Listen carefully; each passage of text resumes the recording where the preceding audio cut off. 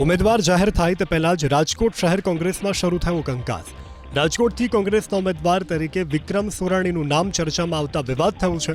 કોંગ્રેસના એક જૂથે એઆઈસીસીમાં લેખિતમાં રજૂઆત પણ કરી છે। નારાજ જૂથનું કહેવું છે કે વિક્રમ સોરાણી આમ આદમી પાર્ટીમાં હોવાનો અને ભાજપ સાથે પણ જોડાયેલો છે। જ્યોતિબેન પંડ્યા, જેમની ગઈકાલે ભાજપમાં કરાઈ હતી હકાલપટ્ટી, એવામાં હવે જ્યોતિબેન પંડ્યાએ અપક્ષ ચૂંટણી લડવાના આપ્યા છે સંકેત। વડોદરાથી ભાજપે રંજનબેન ભટ્ટને ફરી ટિકિટ મળતા જ જ્યોતિબેને સવાલ ઉઠાવ્યા હતા। જ્યોતિબેને રંજનબેન પર ભ્રષ્ટાચારના આરોપ લગાવ્યા હતા। હવે ચૂંટણી લડવામાં કોઈ ડર ન હોવાનો જ્યોતિબેને કર્યો હુંકાર।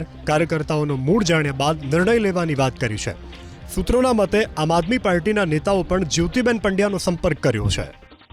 હજી મેં એવું બધું મન નથી બનાવ્યું ભાઈ, પણ લડવું પડે એમાં કંઈ डरवानी के कोई पीछे हट करवानी जरूर नहीं। मैंने बोला ना, रायता फैल गया है।